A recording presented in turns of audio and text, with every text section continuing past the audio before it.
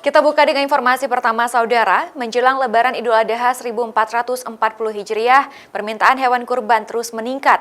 Setiap harinya menjelang Lebaran, pedagang mampu menjual 15 hingga 20 ekor hewan kurban per harinya. Selain datang langsung ke salah satu pusat penjualan kambing kurban Kutaraja Akikah di Rumpit, Aceh Besar, kebanyakan pembeli juga memesan langsung melalui online. Saat ini melalui sistem online, pengelola Kutaraja Akikah mengaku dapat meraup untung lebih besar ketimbang masyarakat yang memesan langsung ke tempat penjualan. Setelah dipesan, nantinya pembeli tinggal membayar dan hewan kurban akan dikirimkan ke alamat oleh penjual.